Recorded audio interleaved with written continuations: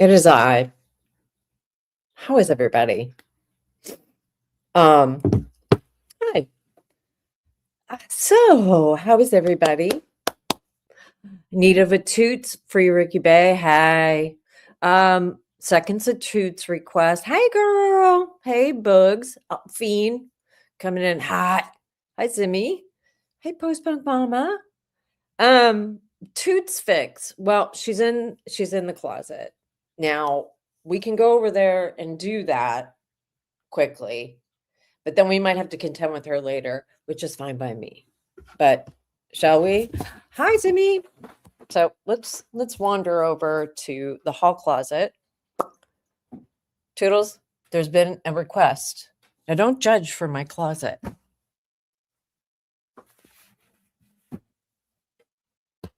Yeah, hi, Boop. She's like, look up. Hey. Oh. She give me the hairy eyeball. Okay, so there she was. Did you see her? She crazy. Hang on. Okay.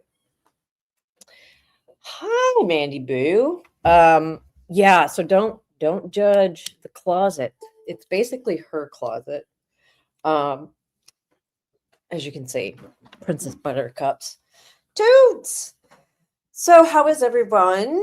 Hopefully everybody has had a chance to steep themselves in the cool recitations of our LawTube friends, the Matas, Andrea Burkhart. I think the Happily Angry Lawyer did sort of a cold watch. But of the appellate brief. And I think, it's funny because I didn't realize that Liggett, for whatever reason, was never high on my radar. I think it's because I've been burning with the seething hatred of all things butthole man.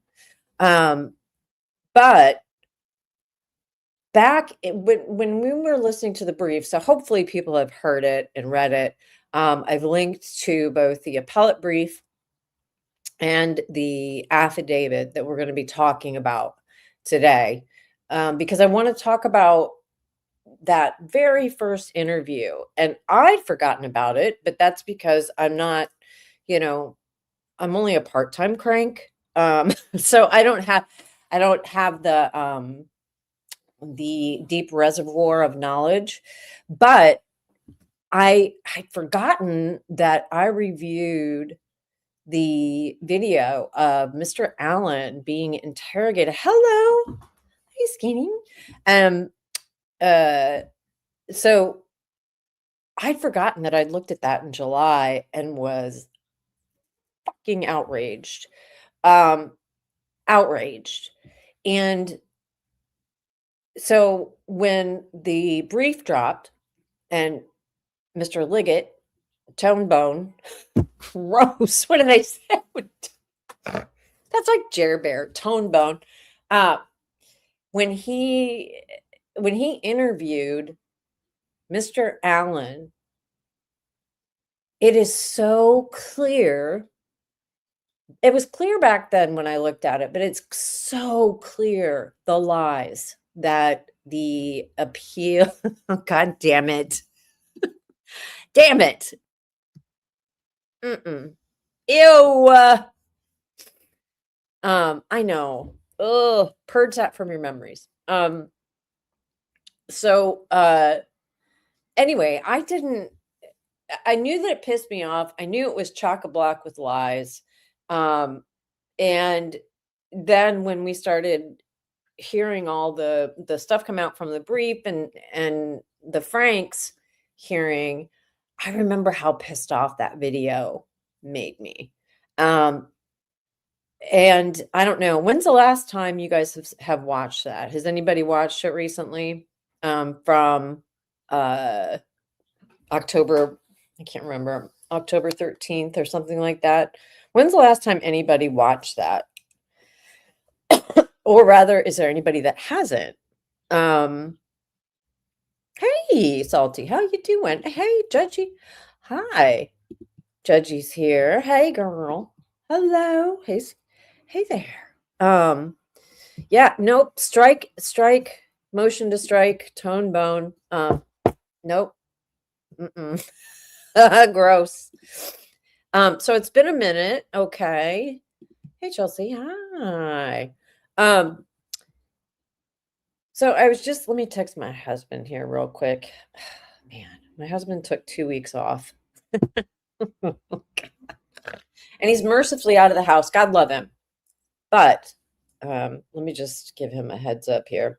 So I don't know when the last time or if you all have seen it or not, but I think for me, I wanted to revisit it knowing what we know from the brief. I also want to reorient people into what the Franks memo was about because there's this ongoing narrative about this was a ritualistic killing, and I think the one thing that watching law tubers and lawyers, actual lawyers instead of fake lawyers that can't even get a copyright thing right out of Indiana, not those morons. When you're listening to actual lawyers read this and analyze it,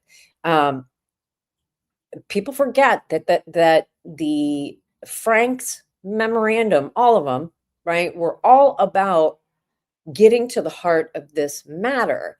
And so much has been obfuscated by, oh, it was ritualistic, oh, making fun of the Odinist angle, and oh, it's this crazy made up thing by the defense. And it's like bullshit, folks. I mean, first of all, no. Second of all, go fuck yourself. That's a lie. You're lying. It was anyway. So the Franks, specifically in the brief, talks about how Tony Liggett falsified information. And I'm sorry, you can't do that. And people out there saying, yeah, a little bit of this is fine. Some of the weirdo, like anti due process people who hate the American Constitution are out there saying, well, you know what, whatever, it's fine. No, it's not. I'm sorry. It's not fine. It's not fine to lie in this shit. And so there's a few things, right? So what are the main things that they relied upon? Was that there was a car that matched the description at this parking lot, and that Mr. Allen said that he was at the scene of the crime, the day, the time, like they made it sound so compelling. Hey, how you doing, girl? Haven't seen you for a while. And so I'm like, let's just take a little looky-loo. But first, here's my grand dog. Eggs. Sorry. Anyway, I am recovering, but I am also still a little loopy in the head. My grandpuppy. Toodle toot. All right, now let's get down to brass tacks, shall we? I got to remove the toots. Got to add this. Got to make myself teeny tiny. So, God, I am going to hide myself because I get to. And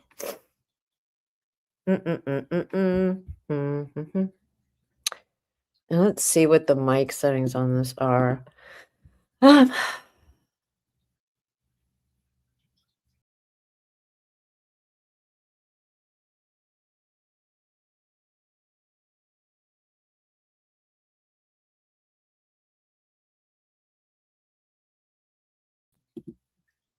Okay. Can you hear me? Sorry, that was user error. Hi. Hello. How you doing, Critical? Good. So let's see. Let's get this thing rolling. So let's first look at just to remind everybody of the affidavit. Now, this affidavit is a train wreck. It's absolute garbage, as many of you know. and all eyes about they're doing the Lord's work, trying to disassemble all the PCRs with all the facts. But basically, it's a cut and paste job that relies on a whole bunch of bullshit.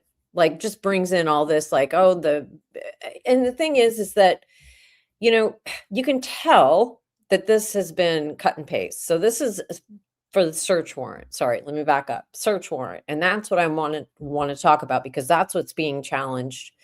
And everything's being challenged, but I want to look at that particular part of it that's being challenged in the appellate brief, is that this search was illegal because Liggett lied and misrepresented, not even misrepresented, he just lied. He just straight lied, basically.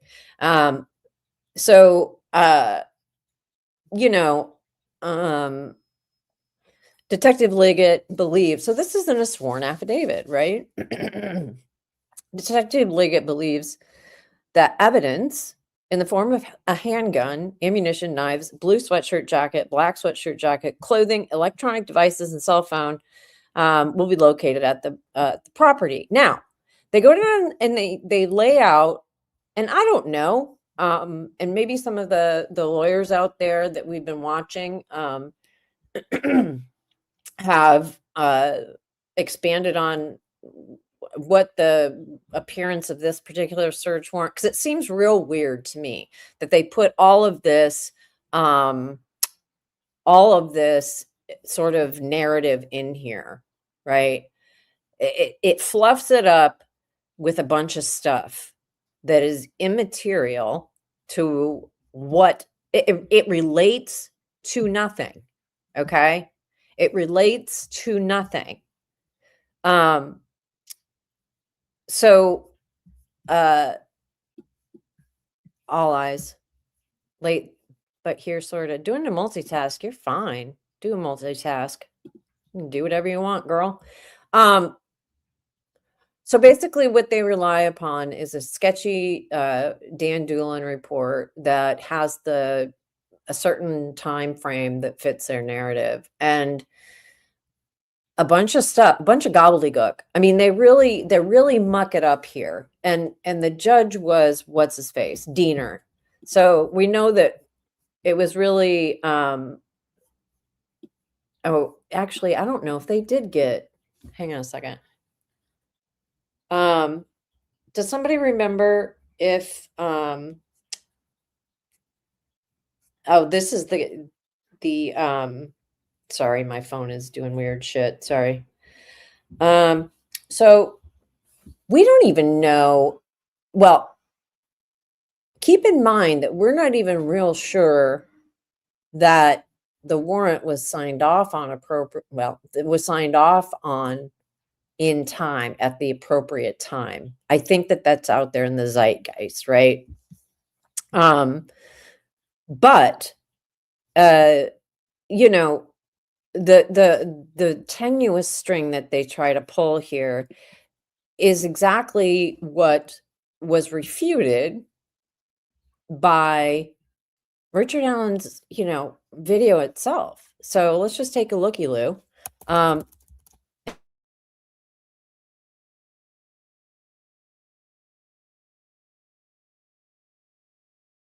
Ass off the screen. Oh, Jesus, take the cheese wheel. Hold on a second. There. Ugh. All right. Boop, boop, boop.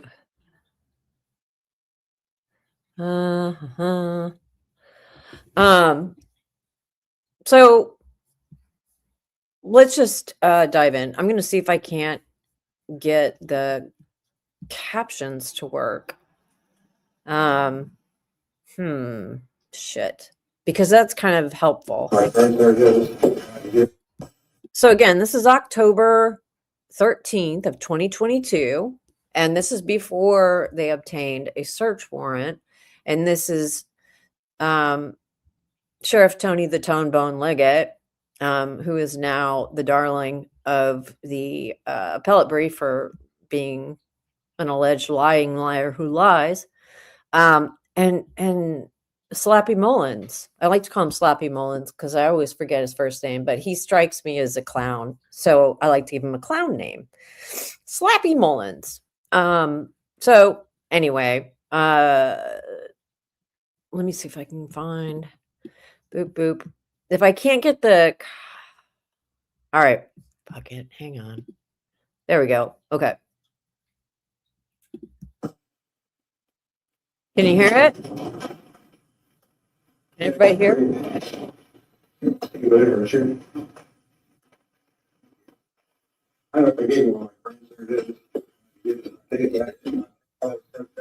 you hear it? So the reason we wanted to talk to you is about the accountability case. And appreciate your time doing that. And as a formality, before we talk to anybody about these things, I want to make sure you understand you're under arrest anyway. So this is, And the door here is open. You can leave anytime you want. so this is Mullen talking, right? So over here we got Mullen, who, man, oh man, like to get inside that little brain.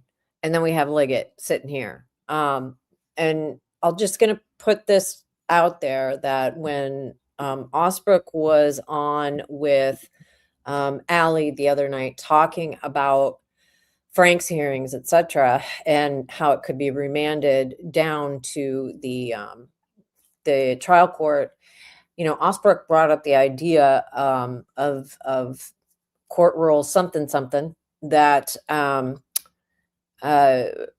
would allow for the appellate team to do a deposition with Liggett, and that could lead to other things.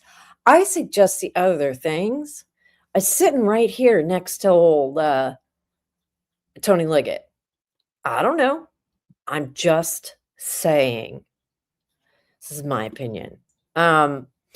So anyway, so they bring him in, he comes in, whatever. Keep in mind, this is years and years after the fact. And God, I wish Mr. Allen had gotten a lawyer. I can give you right back or whatever. So, but we need to make sure that we go cover a formality here. I get to make sure that. So this part, they're just sort of reading his rights stuff. So before we ask any questions, you understand your rights to the right to remain silent. Anything you say can be used against you in court. Have a right to talk to a lawyer for advice before we ask any questions, and have with you during question. If you cannot afford a lawyer, we'll be appointed for you before any question if you wish. If you decide to answer questions now without a lawyer present, you have the right to stop answering any time. You also have the right to stop answering. Is it just me? I just noticed this. Is it just me, or does Mr. Allen start to look a little sideways at them when they are going through the Miranda rights? I don't know. Maybe I'm making that up. I would be very interested though look, I know that most people that listen to me are in the that pesky due process / innocence / unfair trial mindset, but I could be misinterpreting things, so I'm always very interested to see what catches other people's attention. So I don't know. It just, and I could be making that up. So, but anyway, here we go. I said, you're not under arrest. So I just want to make sure you understand those rights. Under the bottom, it says, I read the statement of rights. Do not own a lawyer at this time, and I understand what I am doing. No promises are threatened to be made to me, and no pressure occurs of any kind that could be used against me. If you'd be willing to talk to us, or just if you understand your rights, we just need your signature that we chart.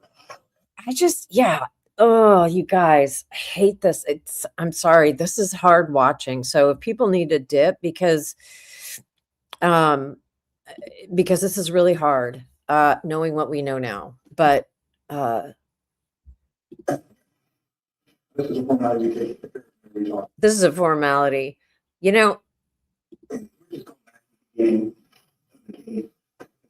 talk to Lieutenant Newland. We just want to figure out what you saw when you were out there Fucking Tony Liggett. before. Okay. Now, Tony brought up something that you had Tony. done when initially you had talked to Lieutenant Doolin. And according to Lieutenant Doolin, the information he got to you was from you was that you were on the trail between 1:30 and 3:30. Does that make any sense? Okay. And that you had parked at the old Farm Bureau building. I think that may have been the old welfare office. Well, and well, after the previous you saw three females, and noted that one was taller and had black or brown long hair. This is basically what he had written down. And maybe even got some information about your phone or something like that. Okay, great. So now you understand everything. So I want to make sure that we just. So first of all, he just read through that, right? So, and we know that there's misstatements in there by Doolin. And I'm not even, I was talking to All Eyes earlier, and I'm not even convinced that Doolin, we have all of Doolin's information or even the correct information. But Slappy Mullins there just zipped right through that. But yeah, more is going to be revealed here. Let's see. Let's see. Okay. I get some information from you. We get started here off the bat with today's date, which is Thursday. Okay, great. 10:45. And your full name is E.N. And I asked you to write down the X. I'm in the 50-year-old club this year. Fuck off. Actually, I'm in the 50-year-old club too. Go fuck yourself. You know what? Oh, I don't know if I should have watched this. Oh my! Don't talk to.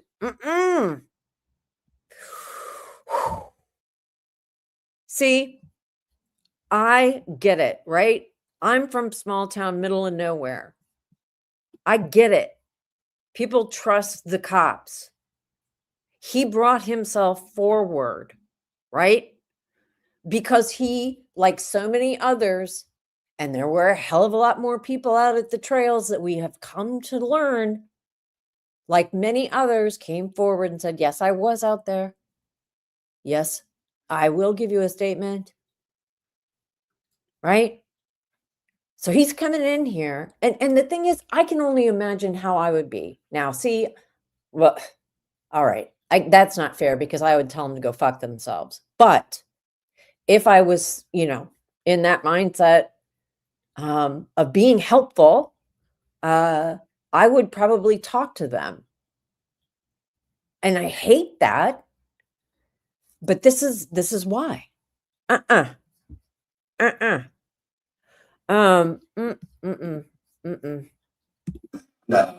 I believe. The fact that he's being nice to them makes me want to barf. Don't worry about it. The home address, I didn't get it. Was okay. And the phone number we contacted. And do you have any of their cell phone numbers that you can be contacted by?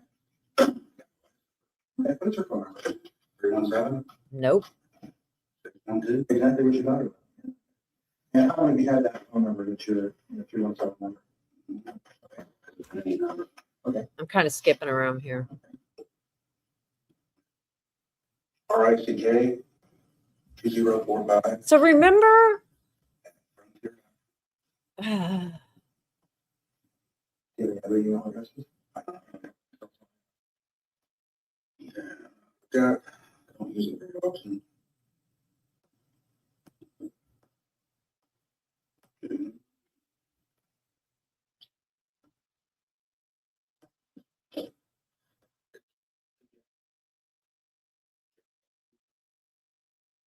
Zero.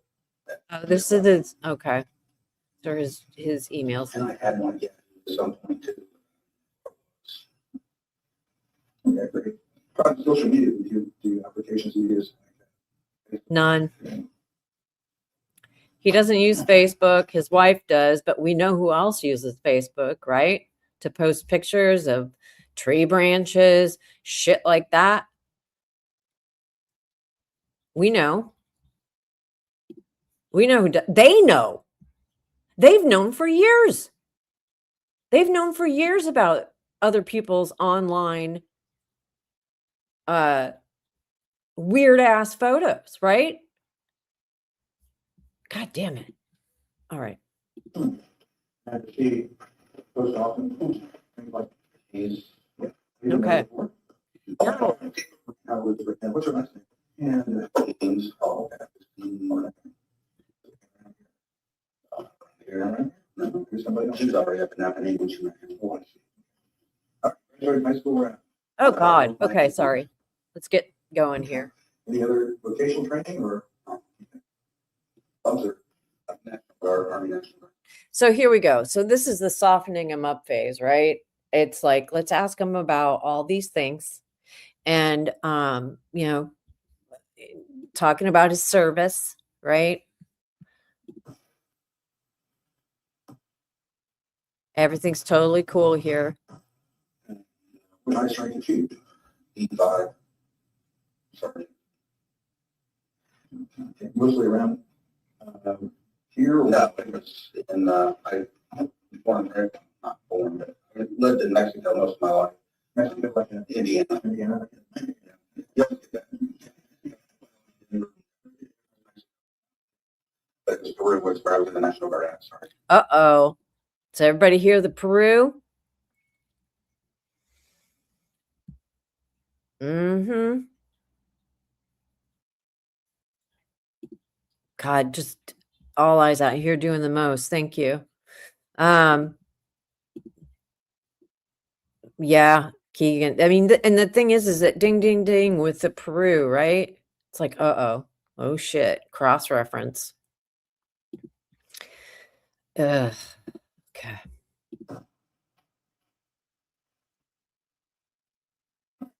No, not right here. You're going to have to for anything. Nope. Structural high blood pressure, psychological disorders. Oh, yeah. Okay. Oh, yeah. I've got a little bit of everything. Psychological issues, right? So no criminal history.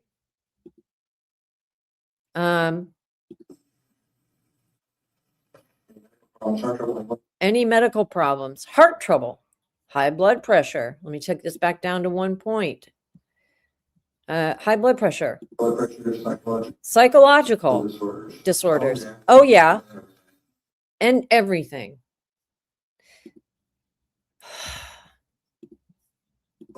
Okay. I've had a heart attack. Couple stints. How long ago was your heart attack? 2010. I mean, how is this man still alive after what they've done to him?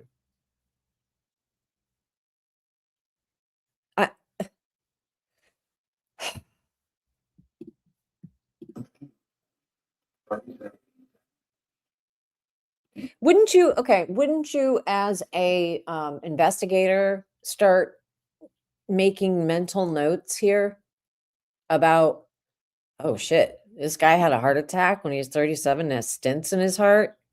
Huh. Well, he has no history of any sort of criminal activity. Huh. It's an awfully steep hill that we go down, right? I would be thinking, oh, this guy, what? Depression, anxiety. Yeah, depression and anxiety, right? Right?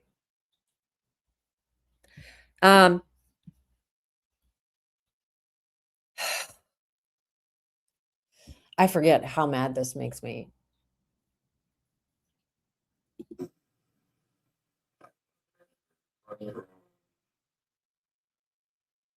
Yeah, he's a mess. He's a mess.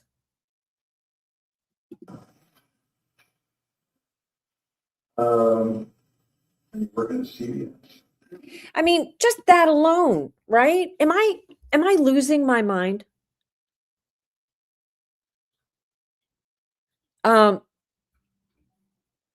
But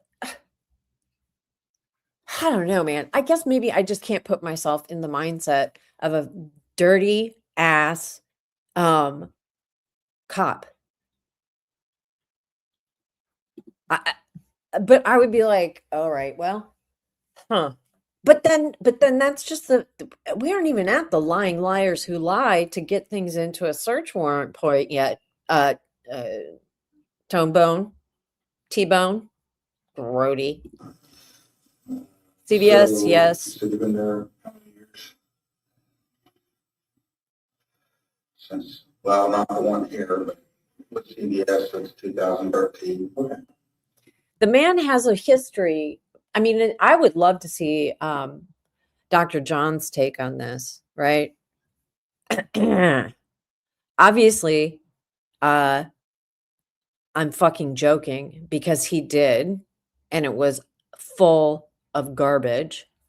Man with a gainful employment, married for 100 years, never been married before, never been in trouble with the law before, had a heart attack when he was 37 years old, has 2 stents in his heart, came forward as one of, hundreds of people to give any information he could to help out. 5 years later, goes back, lives his life. Now these idiots are in there talking to him. I mean, So you work on the CBS? okay, we don't care, dude.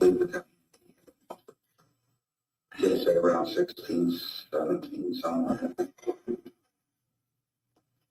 It's all work history and stuff. Well, managing was kind of hard sometimes. Was there a particular reason why you didn't stay in management or?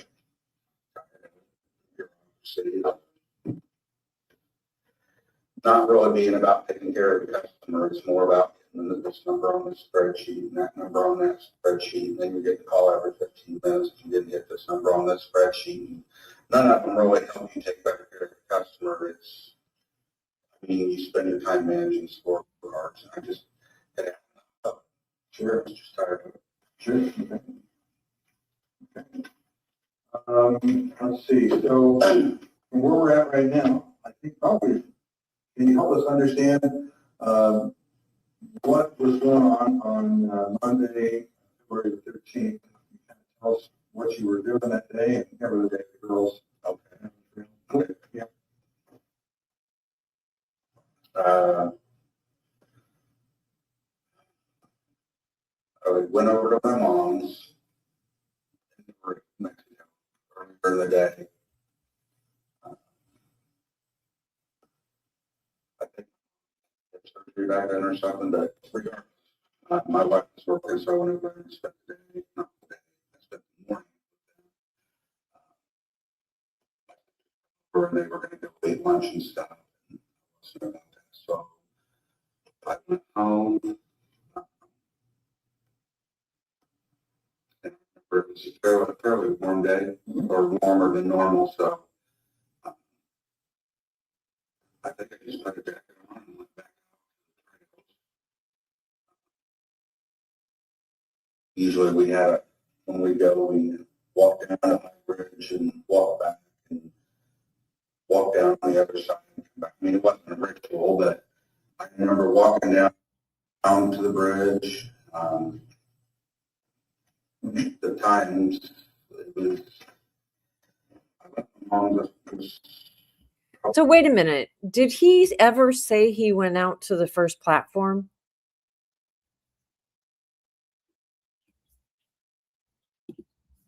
Around 11.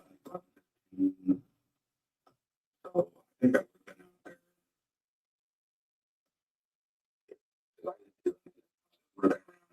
out there. Right about noon, I thought. Right? Because here, I left my mom's was probably around 11:15.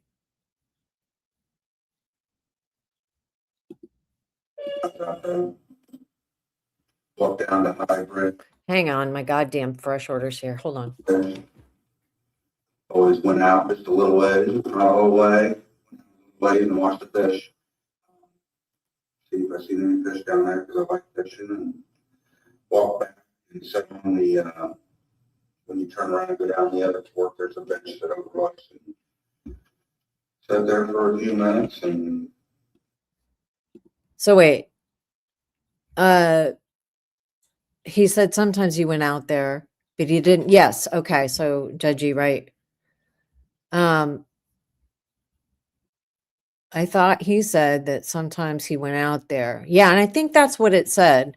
Not fancy. My husband. It's byproduct of my husband having too much time on his hands. Hang on. Let me see here. I walked down. We always walk down. Okay. Walk down to High Bridge. always went out just a little ways, Just a little ways. not all the way, went out a little way and watched the fish. Right. He didn't say he went out onto the first platform, right? Now, I don't remember, but I'm sure somebody will, without having to pull up the affidavit. They made the claim that he went out onto the first platform. I'm trying to put their bullshit together. Hang on. See if I see any fish down there. Walk back and sit on the, when you turn around and go down the other fork, there's a bench that overlooks. Sat there for a few minutes and walked down the, walked back out and left.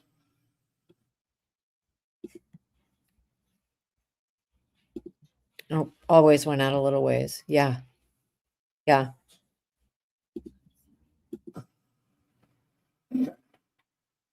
Anything else you remember? Where was you first Friday? Said the big parking lot wasn't there at the time, right? Oh, you mean which one was it, like the where the bridge is at? I don't think it was there.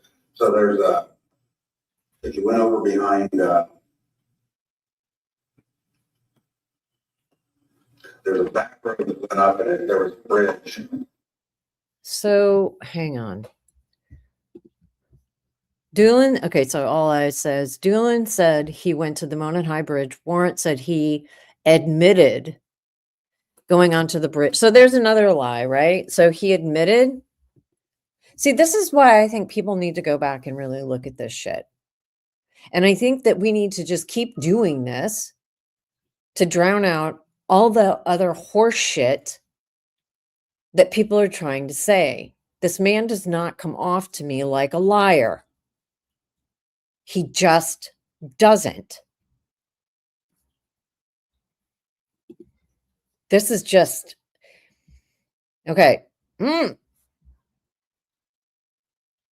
So he's talking about where he went now. Now here's the other lie. Hang on. Let me look at the appellant brief or the, let's see. God damn it. I can't scroll through it. So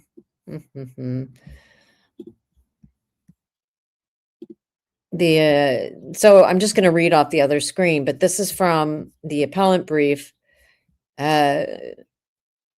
Trial court committed reversible error by admitting evidence seized from the unconstitutional search of Allen's home, denying a Frank's hearing.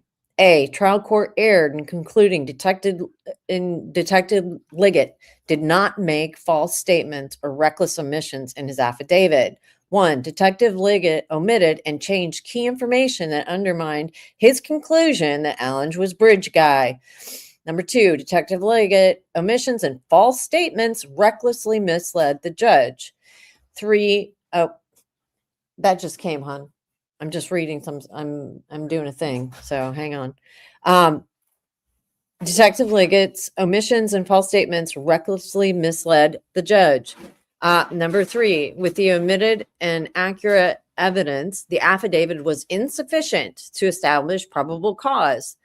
4, the error requires reversal at the minimum. Alan is entitled to remand for Frank's hearing. Okay. So those are the things that they generally sort of broadly no, that's my name. But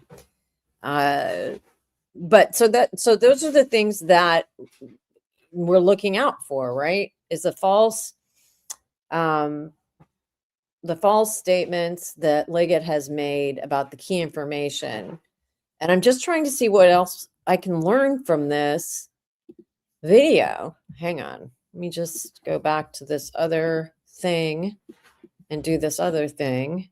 Not the main bridge, there was a small bridge where you could park there, or you could park over on the other side. So this is where they start cooking up the bullshit about where he parked. And I think that this one, there's some, And I remember I didn't park over there where it's a farmer's entrance or something. I remember I didn't park there because I had told him something about, there were a couple vehicles there on my left, so I parked somewhere, either parked over on the bridge side, or there used to be a little building there, I could park there. There was a trail until they got the whole thing done. So did not say, hey, you betcha, I parked over at the Farm Bureau building where some idiot had the nerve to own a PT Cruiser. I mean, I don't understand. And so this is like when I started thinking and I saw the shift when they realize that they're not getting where they need to go. And they realize it seems pretty quickly, probably maybe here, maybe a little bit further into the video, but About the bridge, just so I'm clear, you're talking about that big blue bridge, Oregon Bridge, or what? so this is Liggett now, right? Trying to reconnoiter. Everything goes over the highway. That's the big blue bridge, but before that was there was a,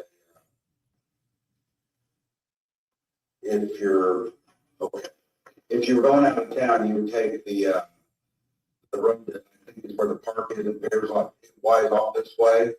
And there's a road, the first road you come, well, I don't know if it's the first road, but there's a road that takes off to the right, and there's houses, and then just kind of turns into a lane. And there was a small bridge up there before, I mean, I think it's still there. If you were like the one, okay, so are you talking about the one lane bridge kind of that goes over the, it wasn't used. It wasn't used, I guess is what I'm saying. There was a parking area up there that you could park. I think that I'm not sure that this has been figured out. I was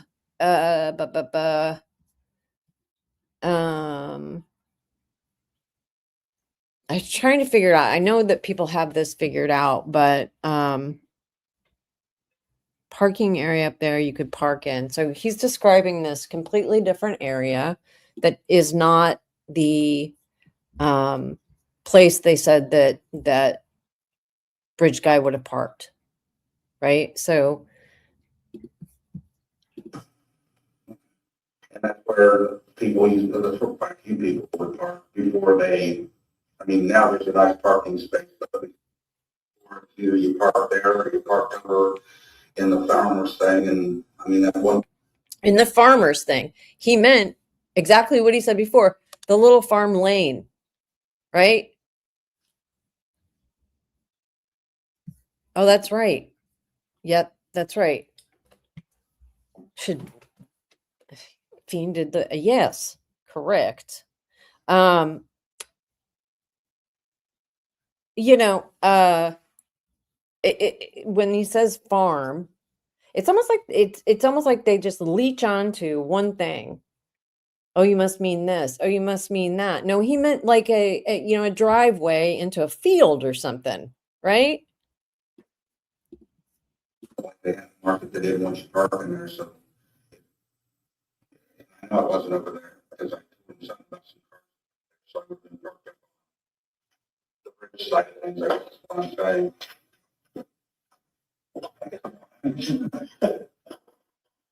No, this is kind of an overview of the area.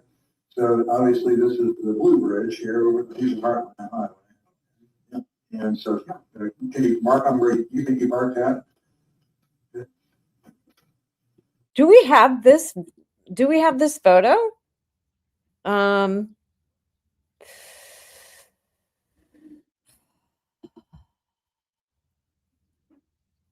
Huh.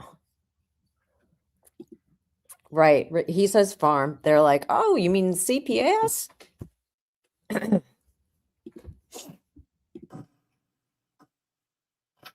Coming to the Blue Bridge again. Blue Bridge, here's your Heartland Highway, here's Main Street. The road that comes out from downtown goes out onto Heartland. And here's the Andersons. I think that's going to be their fertilizer plant done. Here's the Blue Bridge. I mean, it's right there. It would have been over here somewhere probably. Well, that's one of the parking areas. Yeah, that's one of the parking areas. Done.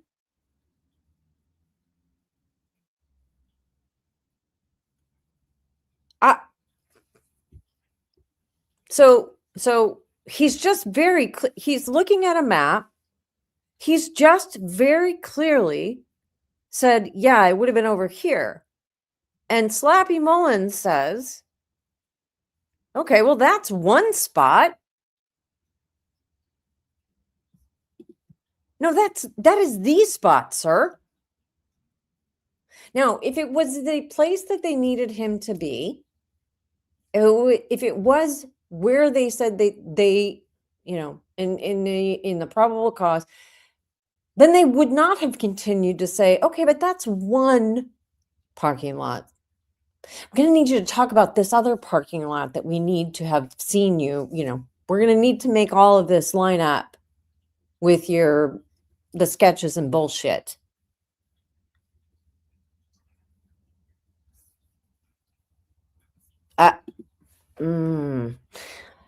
I mean, I see. I just know way too much more now. Here's Main Street. Okay. The road that comes out from downtown goes out onto Heartland. And here's the Andersons. I think that's going to be their first. So yeah, he's looking at a map. He's showing them on this map. And where is this map? Right? Do we have that? Was it in evidence? Right. And then that's the Blue Bridge. I mean, it's right there. It would have been over here somewhere probably. Well, that's one of the parking areas. Oh, that's one of them. That's one of them. And there was an old building somewhere over. This map was taken back when the building was still there, and this is the building that was on the bridge, the trip side of the bridge. Okay, so down up this way. I think you went down this way and like it was an underpass or something. Yep, that's right. And there's a building right there. You can see it. So we would have been there or there. Okay. Good. Okay. Lock him up. Right. It wasn't used. It wasn't a bridge. Yeah. It's a parking area that you could park in. The road that takes off to the right. I mean, it's pretty clear his first inclination was to point to where he parked on a map that was presented to him. And so then what he said was, yeah, I guess it would have either been here or here. What he did not say is it would be here at this building that you need me to have parked at. Which way do you think you would travel to get to this building that particular day? Just that way it loops around. I don't know the names of the roads or anything. I mean, I can show you where I go, but it just on the way the road that goes out, basically the same way that you get to this one, except no, it's further up. You go down and it like comes down and goes around somewhere and comes over on the other side. Okay. Was it ever an occasion where you might have gone to the park another way? Did you go out here very often? Not like I wouldn't say often. I mean, we go out We may go once a month, we may go twice in 1 week. I mean, it was just kind of one of those where we felt like walking the trail. We go. Mhm. I mean, I would say we visited it regularly. During the summer months, we didn't really go out there much in the winter. I mean, time or two, but. Right, okay. So was it ever something that, was there ever a time that you guys took another path to get out there besides going around this way? Or you I think there's a way if you go past where you park the farmer. I mean, what are they working at here to try to get? They're just trying to cover all the angles. I mean, have they looked at the footage yet? I grew up, let's see, about 25 minutes from, I was just putting this, Evansdale. So I grew up right over in that area. Anyway, so you go past where you park, the farmer's entrance. Farmer's entrance. Entrance that I was telling you about. I think it's down here. There was an entrance across from a residence at the farmhouse. Make any sense? Okay, yeah. Okay. I mean, I know that there's a way that winds around, and you can eventually get back to 200 or whatever road it is, 200 north, I think it is. It comes out somewhere down there, but we only did that. I think we found that by accident one time. We thought we'd go that way and try to get back, and it was we eventually came out somewhere. Mm-hmm. But no, I wouldn't. If we were going to go there, we would go down through town. Good enough. All right. So let's talk more about what you remember doing that day, remember seeing that day. Okay. You gave an account to the officer we talked to. Can you remember how that was prompted? How that happened? Did you happen to talk to the officer? I don't remember if it was the next day or a couple of days, but shortly after they were asking for anybody that was there to come in. So I went down. I got more to my wife said, they want to talk because I obviously told her that I was there. And she said they want to talk to anybody that was down there and have any information. Not much, but I went down. So we went down to the sheriff's station. And So this went down to the sheriff's station, right? So this is another part that rings true to me. And I mean, there's no reason to doubt it, but many people were going down, from what I understand, to the sheriff's station, going through like old news and shit from back then. That was, a lot of people did that. A lot of people turned up, a hell of a lot more than they make it sound. Make it sound like there were 7 people out on the trail. It's like, are you nuts? Anybody that's grown up in the Midwest knows that the minute it hits like 40 degrees in February, you're in, a tube top and flip-flops, and everybody's out. I just. Plus came out and talked to me and said that he would get my name and information, and then. So here's the thing. Okay, here's the other thing that's weird to me. Granted, it was in the first days after the girls were killed. You got a guy coming in saying, hey, I was out on the trail. Now, unless there were 700 people in line at the sheriff's station who had also been out at the trail, would you not say, hey, this fella's been out at the trail? Why don't you just go have a seat for a minute? We'll have somebody talk to you immediately. I don't know. But at the sheriff's department, unless there was like a lineup of volunteers that didn't know their ass from their elbow, you would think that somebody from the sheriff's office would say, hey, why don't you hang out for a minute? Let's talk about that. I don't really get it.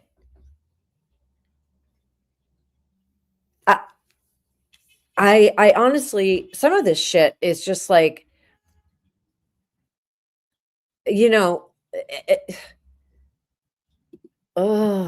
I was I was driving downtown for something. And So this is the other part that people get jacked up is that, and on purpose, get jacked up on purpose. They make it sound like it was some sort of sketchball move that he was on, that he met this guy in a parking lot, right? That met Dylan in a parking lot. Well, hi. Yeah. Well, that's because he had already gone in and given his name. It was a follow-up, right? They make it sound like, oh, and they had some clandestine meeting at a Dollar General, in a parking lot, and it was weird. Really? No, he went down. We still haven't seen, the, I don't think that we've seen everything from Doolin. I don't, because there's no reason to trust these mother scratchers at all. I know that I remember he called me when I was in the car because I talked to him. It was a DNR officer. He asked me if I could. And a shit DNR officer who is a sketchball himself. Down and talk there, or if I want to be somewhere. I don't remember how or why. I think they're really busy, obviously, crowded probably. So I was heading down to, it was a stable lot down there, and I told him I would just meet him there. So he came down, we talked. He looked at my phone, took my phone information, and I think he got some, he got information on it. Gave him all the information. So he could have, I think that you can search from that, right? That's the other thing. It's like, oh, he got that phone was missing when they make it sound like this guy went and chucked his phone into the Grand Canyon the day after the girls turned up dead. This is in 2022. They had all of his relevant information on the back of his phone. And we know from the depositions that have come out that he, that they placed his phone at his home. So it's not like they didn't have information. Oi.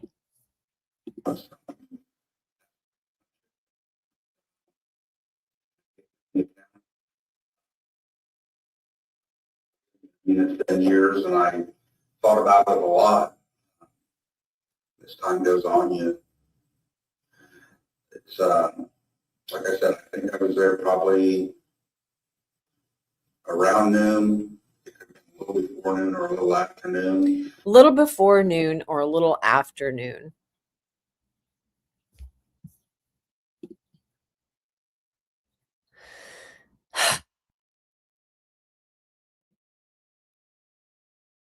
I just forgot how crystal clear this was.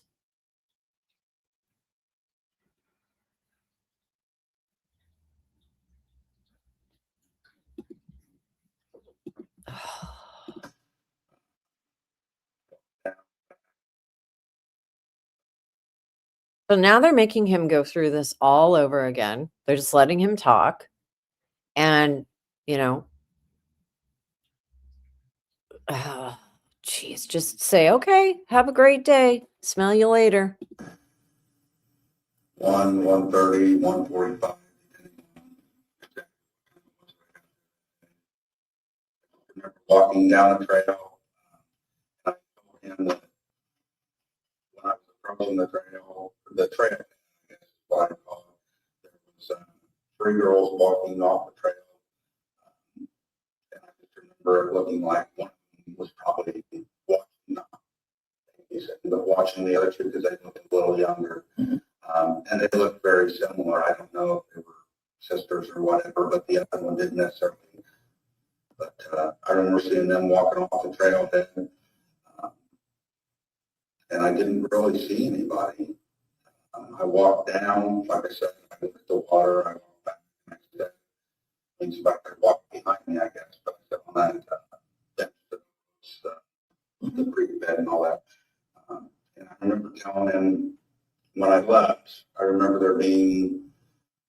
think there was 2 vehicles down there on that farmer's entrance that I told you about. And that's why I didn't park there, because The farmer's entrance. Okay. Got it. obviously I wouldn't recall seeing cars there if I parked there. Farmers interest, are we still talking about this area here, or is there some other location here? There's a pull in, like right next to the trail, is all I can tell you. Oh, this guy doesn't deserve a Slurpee. This fucking. There's a pull in right next to the trail, and the trail actually leads up to the trail. See from here, but I think this is what's called the old Mears. There was a farmhouse across from it, right, and it was like that. I mean, I guess it looked like where you take farming equipment in and out or something, but I know at one point they flagged it that it said no parking, so I didn't park there for a period of time. But Did you ever park there before? yeah, A lot of times you did. I mean, we used to when it was marked. We did a cleanup down there one time I brought a bunch of Walmart people. Community engagement thing. We did a cleanup down there. It's the year that they tore down. We tore down that. You go down, not the High Bridge way, but that one where I sit on the bench. If you go down that hill, there used to be a little shed, a little shack down there, and they tore that. And we were there that day. We tore that down. Okay. Now, Hi, dude. you guys did that Come with here. Walmart. Was that the local Walmart you worked in? Lafayette. Lafayette, one on Commerce, or the one out on okay. So, you guys came up and did it. You know when that was? Oh, Lord, no. Well, It was before or after? 2006. Oh, it would have been, like, I wasn't even with, it was what, 17? Yep. One of the girls, right? 13. Like trying I to be wasn't even with precise. Walmart at the time. I was already in CPS. So sometime, Yeah, it would have been way before. I mean, I went to CBS and. All right, let me fast forward a little bit here. So probably around, were there trails before then? Was there a time that you had been out traveling for them? we had walked, actually moved to Delphi. I mean, we started experimenting. I mean, there were trails that we did know were there, but you hear about one and you go. And I'm sure by that, well, obviously I know by that, I knew about them because that's how we had, I don't know how I got associated with the Dan something or other that runs the area. I think it was Dan. Wait, From like the Erie Canal thing. what's that? McCain? Yeah. Wait a second. Wait a second. What?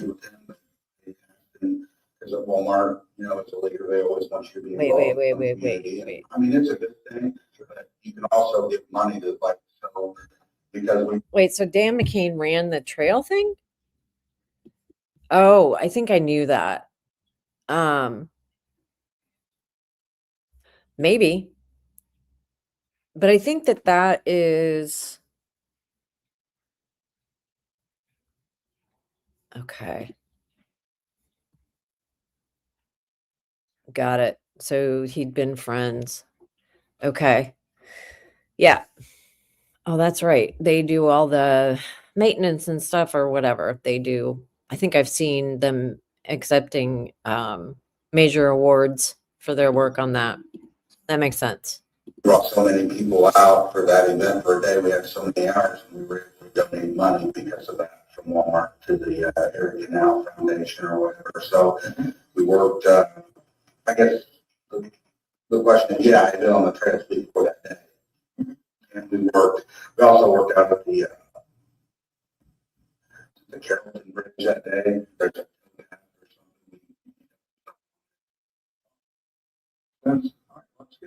So, yeah, I sat there for a few minutes and left, and like I said, there were a couple vehicles. I may have told him the exact makes, I'm not sure. I just remember one was like a sedan, and I think maybe one was an SUV, I'm not sure. SUV. Okay. Have to look back at what I said. And that was at the, you bought farmer's entrance, those cars were the farmer's entrance. Yes. What about where you parked? Were there any Um, other vehicles? I know there were no vehicles where I parked because I don't remember telling, I mean, he asked, I didn't see anything there. Okay. A lot of people would park at that farmer's entrance because I'm thinking that was probably when they didn't really want you parking there, and that's probably why I didn't park there, but it's much closer to the trails. So a lot of people like to park there. You walk in and you're actually like halfway through the trail. So you can walk one way and the other and leave. But like I said, they didn't want you parking there, so we didn't. And you told, he said his report said old Farm Bureau building. So would that be? I never really knew what that building was. I just remember telling them there was a building there. And that's probably where I parked. No.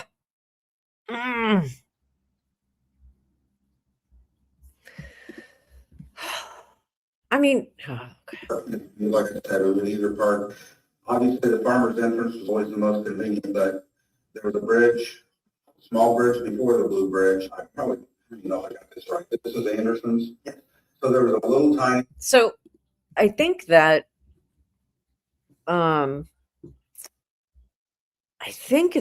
that is that sort of admission, so to speak.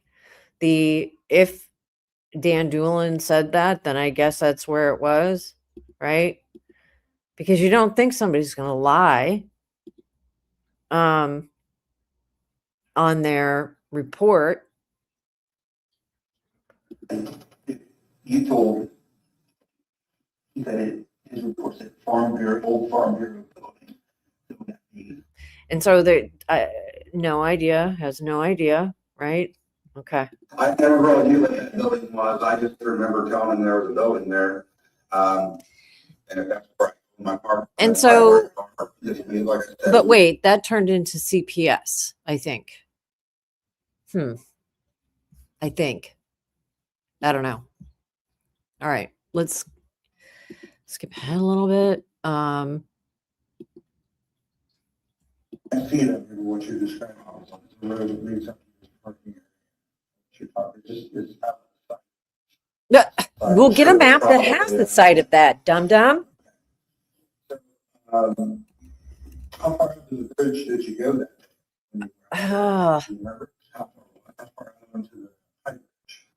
I have no idea how many feet it is. The way I always know is there's one of those platform things that stick off the side. Mm-hmm. And I usually, years past, like 9, 10, 6, 7, between 6 and 10 probably.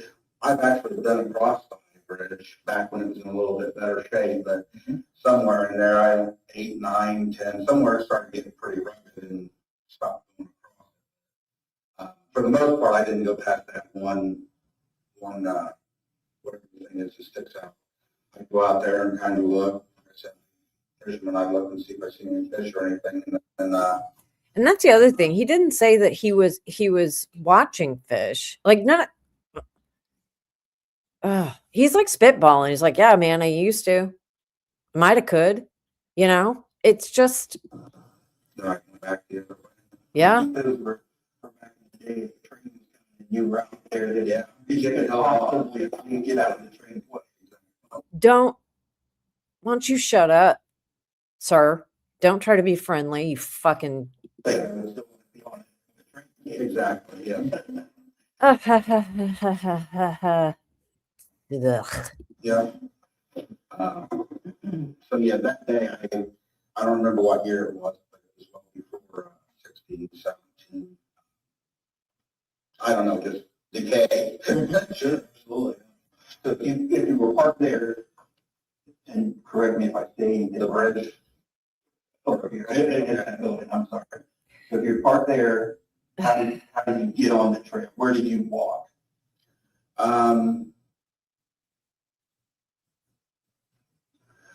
At one point, you walk down the road, but then at one point they had a trail there. Not a trail, we can call it a trail. They had a gravel path that led to the new thing that they were doing. I call it the trail. When I started doing all that, there was a trail that would, I think it ran.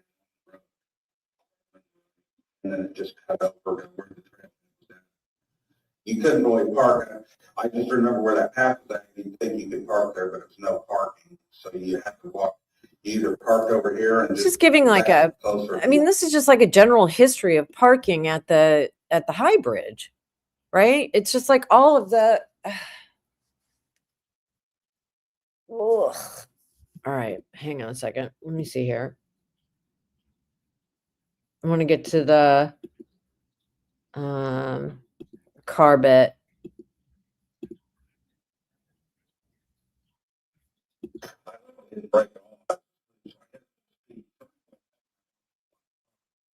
Okay. Car. The last car being the 16? Yeah, the one in the garage. Yeah. And so, because I have to drive back and forth when something gets to the gas pump. So my point is, I was driving the black car, and then when I transferred and came back to Delphi, I didn't need the gas mileage anymore, and it was a nicer car, so I gave it to my wife. Gave it to my wife. He gave that black car to his wife. From that time until last, earlier this year, I drove the gray car and she drove the black car. I drove the gray car. She drove the black car.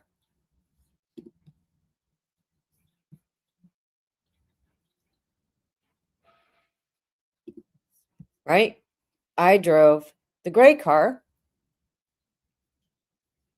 Now, if I'm going somewhere out of town, a lot of times I would use the black car, depending on how far we're going. The gray car is dependable, but it's just one of those where the longer, I guess, more recently, I started driving, if I was going to go to Lafayette or something from a or whatever, I'd take the black car just because it's more dependable and fewer. But anyway, yeah, and then during that time period, I drove the gray Ford 500.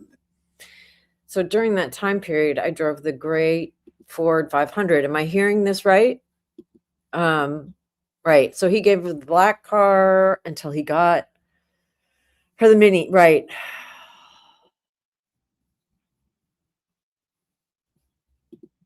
Yeah. I mean, And she would drive the black car, her old cat license plate. Oh, okay. And then when I got her van, the gray car pretty much had it. It was either, I had that in a truck as well. I had a truck for, 3-4 years. If I bought it used and we didn't drive it hardly ever. It was one of those where get rid of them while they're still worth something, so we traded them up. And then I got the van that she drives now. And then I went back to driving black car. So I remember you said you were gone to Miami and County to see Mexico. Would you have planned to drive the black car because it was a trip out of town? I wouldn't have done that during that time. It was still. nope. You said you were gone to Miami and County to see Mexico. Would you have planned to drive the black car because it was a trip out of town? Would you have planned to drive? It says light, but he said black car because that was a trip out of town. Let's see what the answer is. I wouldn't have done that during that time. It's like the junk car we bought it brand new. Nope. Mm-mm. Nope. Would not. Exactly. Right.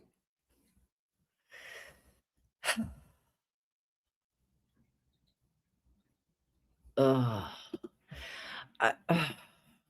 Into 2006, but I just say the last 3-4 years, it's not the car didn't run well. It's just one of those where it's holding up. So not where he parked, not the time frame. I mean, that's the biggest thing. Not the time frame, right? Not the time frame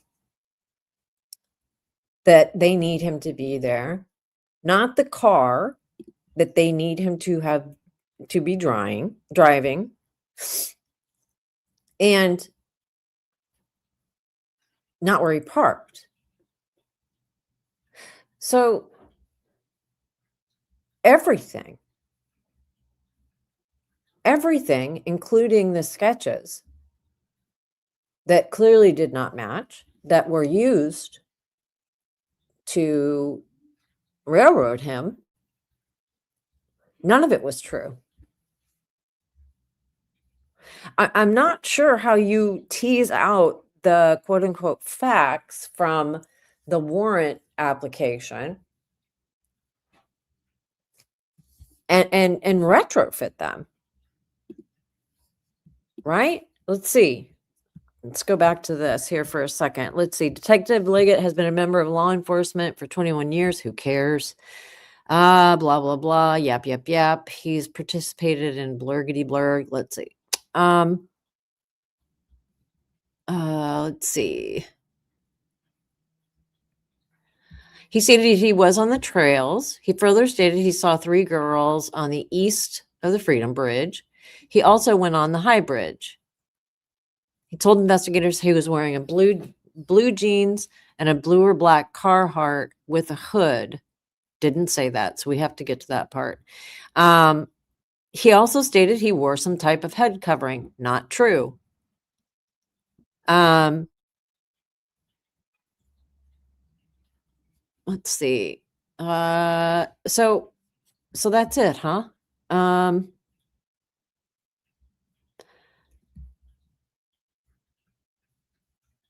I'm just looking. Here we go. Alan said that he passed girls and he walked on the Mona High Bridge, saw nobody else.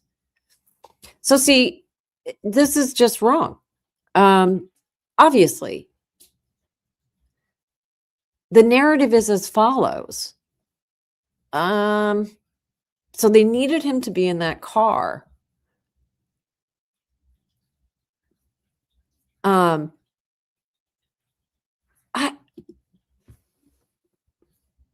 So, all right, let me see if we can get to the part about, let's see. Or anything that you can recollect. Trying to see what he's wearing. That I need further investigation. I go through team. And she's, I think it is, I usually make.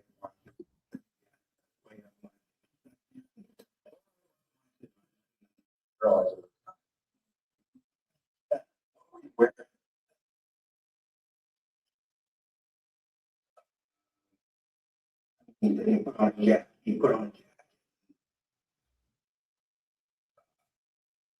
Blue jeans and I'm sure I put on a jacket. Still fair. I would have put on a jacket. I don't know. No, what kind of outfit is it? I've had car jackets over the years.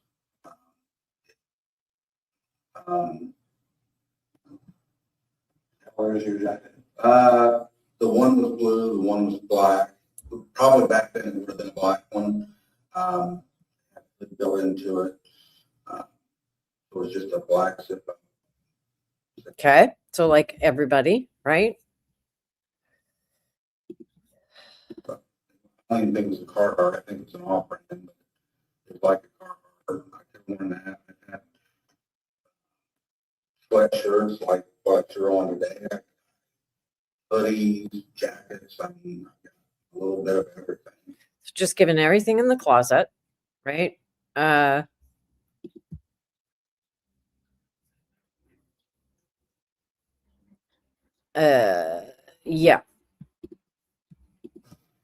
Please. Anything else you may need, headgear or anything like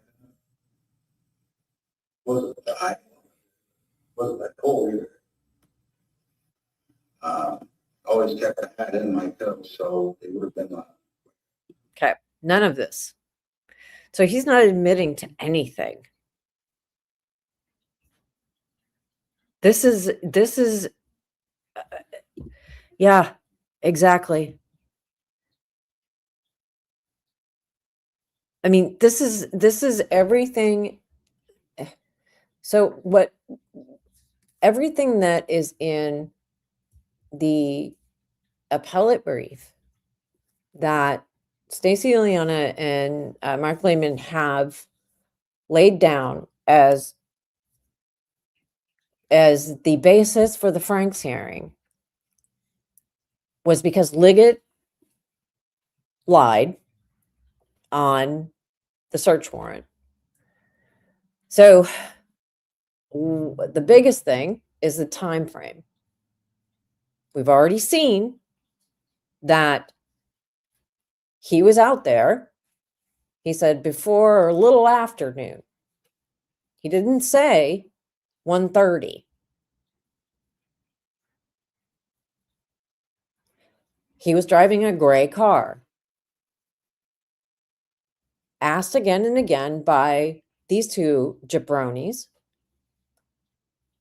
He still maintains, no, I wouldn't have driven the black car. I was driving the gray car. My wife had kitty license plate thingy dingies. So, not a black car. He had Carhartts. I don't know, had a hood on him. It was probably black. Probably wasn't even a Carhartt. I mean, sweatshirts. I've had a lot of shit. I got a lot of shit in my closet.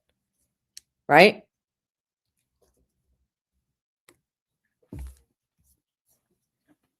So, when people want to say that, oh, a few lies here and there, or whatever, when people talk about that, this point about literally lying on a search warrant, that's not an issue, they're full of shit, because it is.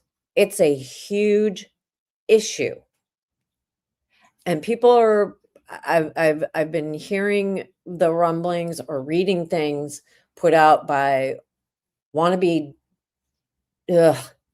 jerks that are like, nah, no big deal. It's a huge deal.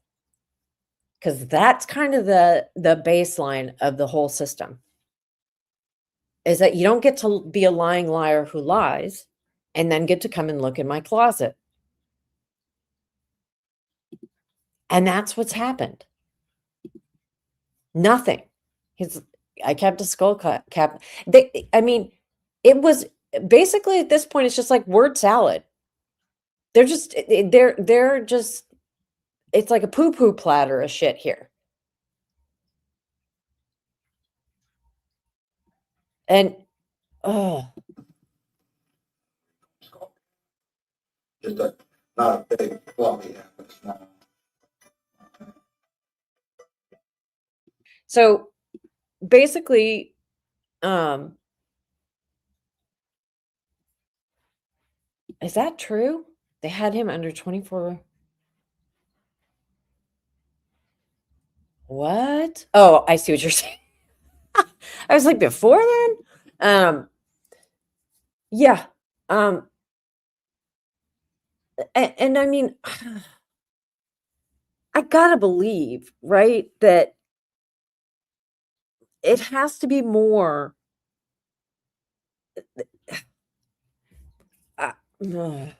It has to be more. There has to be more than this. Because the garbage that is in this affidavit is just that.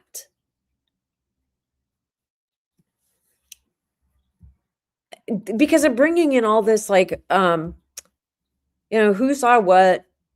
Let's see, 3 girls, Rayleigh Voorhees, Wilbur, whatever. So they're going through in this affidavit and they're just throwing shit against the wall. And they're putting things in here, like one of the 3 girls identified as Anna Spath described a male as an older man walking on the trails, and they were leaving. She described him as kind of creepy. And this is in a text from Anna somebody, she described the man wearing a blue jeans and like a really light blue jacket, and his hair was gray, maybe a little. I mean, that's it. Oh. But then there's the Betsy Blair And again, I think just looking at this, it's funny because you can when you look at this affidavit, what strikes me too is that you can kind of see a cut and paste job going on. Am I right? I mean, it's pretty clear to me that some of this shit might have been added afterwards. I don't know. Just spitballing. Mr. Allen admits that he parked his vehicle at, quote, Old Farm Bureau building. Not a quote. That's a lie. You lied from 1330 to 1530. No, he didn't. That is not what he said. But Detective Liggett believes that he's referring to the old child CPS building. Sure. I'm just going to make shit up.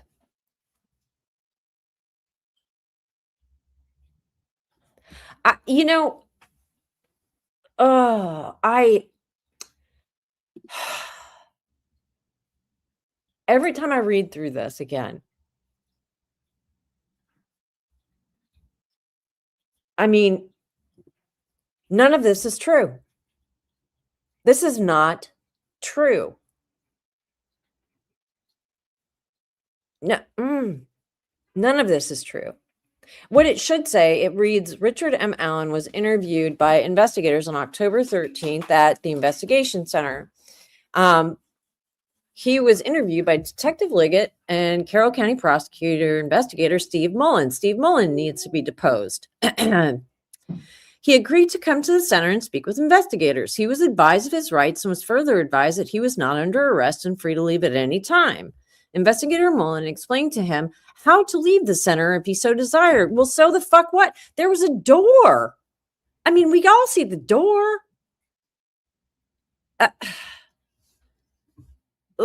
He stated that he was in fact on the trails. This is where the truth of this starts and ends. Right? He stated he was in fact on the trails on February 13th. Yeah. Yep. That is true. He further stated he saw 3 girls on the trails east of the Freedom Bridge. Who knows? Because they were pointing at unspecified locations off the side of the map.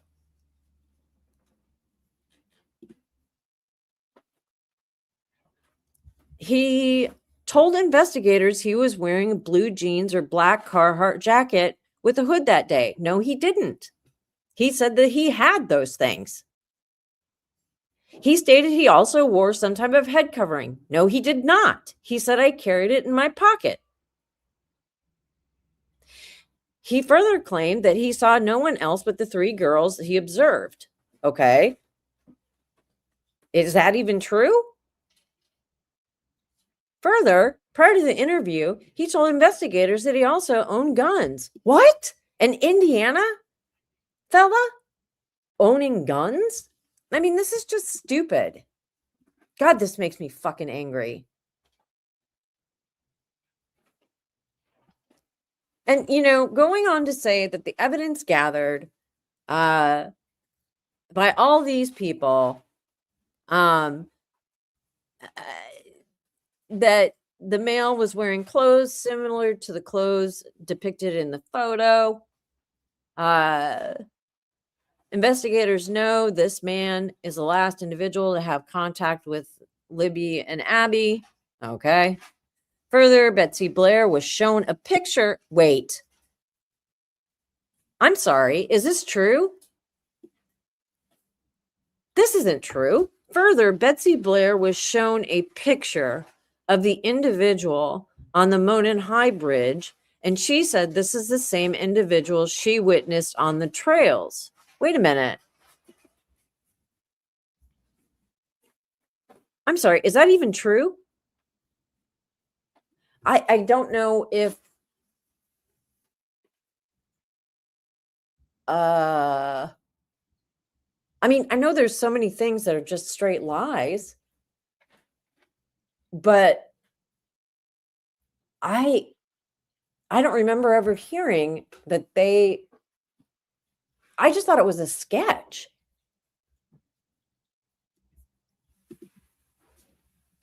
So she's saying the guy she saw is the same in the video. Well, if that's true, that's still not what they said, right? They make it what it says here. I mean, it's just I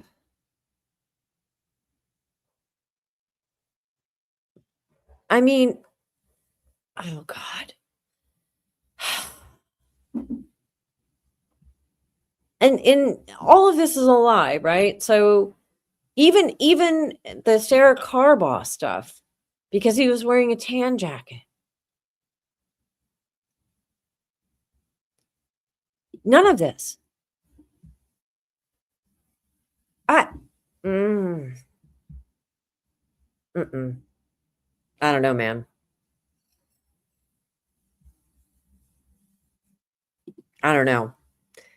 But hang on a second here.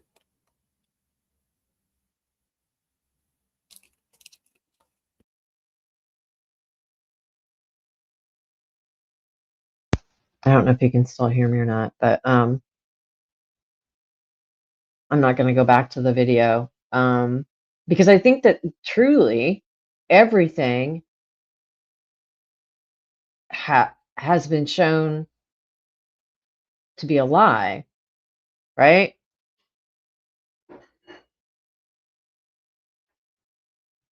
I just man, I don't know. Yeah, right, the Libby video. But it's just so so different, right? I mean, it's so different in addition to just being chock-a-block with absolute bullshit. I mean, you can't watch that video and then switch over to this document that they pulled straight out of their assholes and think, yep, 100%, 100%. That's exactly what happened. That's exactly what he says. I don't know how anyone thinks that that video in any way, shape, or form comports with what that man just said at all.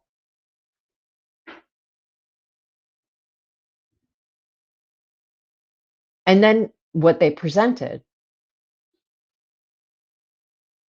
I mean, why didn't anybody say anything about, oh, he was driving a gray car? I mean, there's so many things. So Betsy said she would absolutely be able to identify. Weird that Nicholas never asked. Right. Well, sure.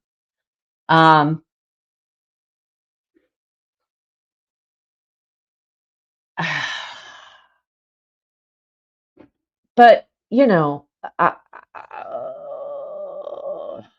just don't know. Let me see here. I want to just look at this before I get the hell out of here. I'm trying to find, is this the one? No, that is not the one. So I just want to look at exactly what it was. Let me do this. Screen share, because I can't watch the rest of that video, but let me see, because it just gets more infuriating. But those are the basics. Let me pull up the actual one I can scroll. Here we go. So I just want to look back again. And again, this is just in the upfront. Yeah, committed. And the thing that sucks, well, one of the many things that sucks is that this was the foundation of the Franks, and they never got a hearing, right? Nope. Mm-mm. Didn't have any merit. Totally fine. And that gets lost in all the Odinism, right? Which is actually a thing that the Delphi Keystone cops were even on to in the early days, like literally within months, and talking about, emailing about, and anybody that says otherwise is a big fat lying liar head. But when we look at the brief, let's see. Trial court erred by concluding Detective Liggett did not make false statements or reckless omissions in his affidavit. Yeah, she's straight. Jack that shit up. He omitted and changed key information. Yes. Uh-huh. Yep. 100%. They recklessly misled the judge. Well, I mean, okay. Uh, yep. Okay. Um, the judge. With the omitted and accurate evidence, the affidavit was insufficient to establish probable cause. Correct. That's right. I might have been wearing,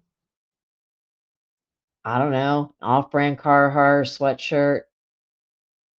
Nah, I usually kept a skull cap in my pocket. And I was driving a Ford 500 because I know that I gave my wife the car, the black car. No, I'm sure. No, I don't think that it was that building that I parked near. And it sure as hell wasn't in the time period of 1:30 to 3:30 or whatever the hell it was. It's more like noon to 1:30.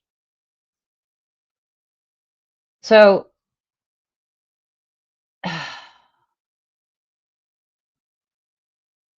it's you know, yeah, I mean, yep, yep. I mean, in my court, I say yeah. I say the error requires reversal. Period. And yeah, the absolute minimum is entitled for remand. I don't know. Thoughts? It's uh I just needed to go back and relook at that because I'm like, did I and I think people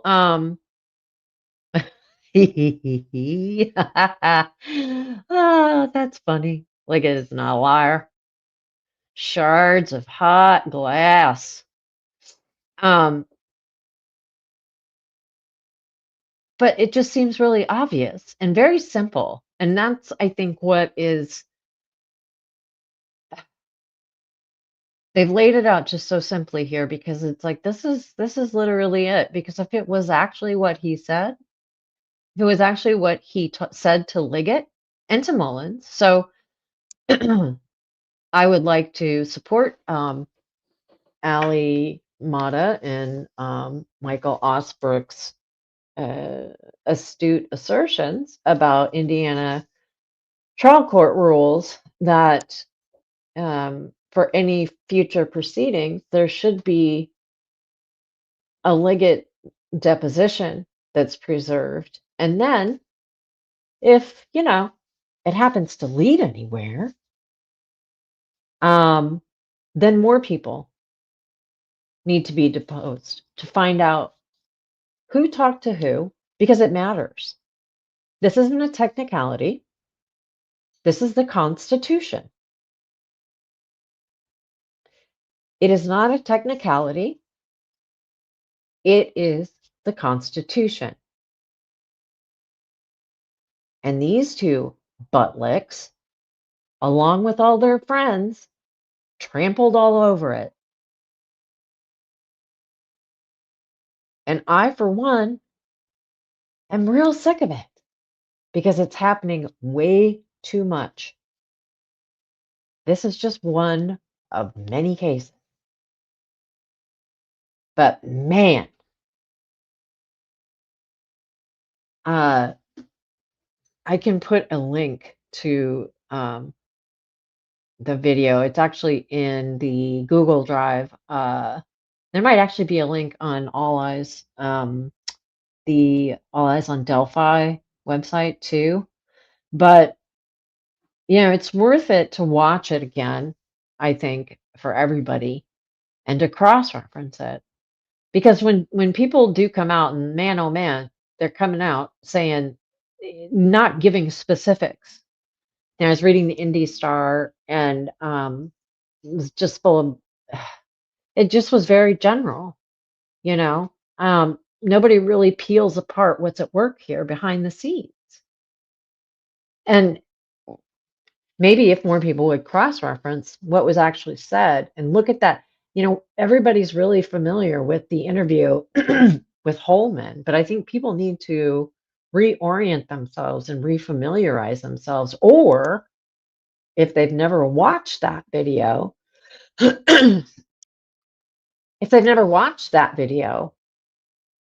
to drop everything and watch it and compare it.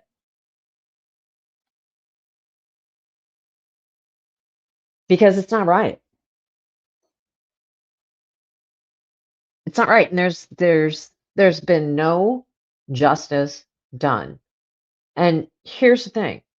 Even if you do believe that Mr. Allen was somehow responsible or implicated in or whatever, first of all, no.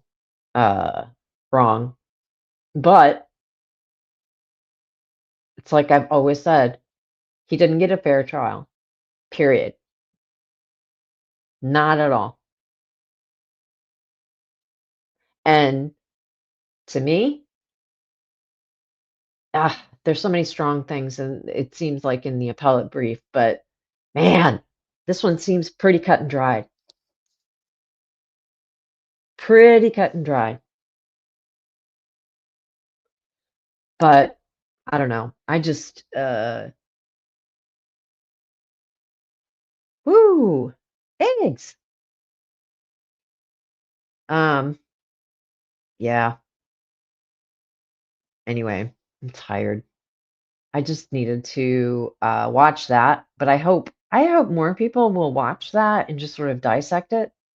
And again, I could be off my rocker, but I really I don't think that I misheard it. At all. So, I don't know. I guess that's it. Happy holidays and shit. Whatever. You do you.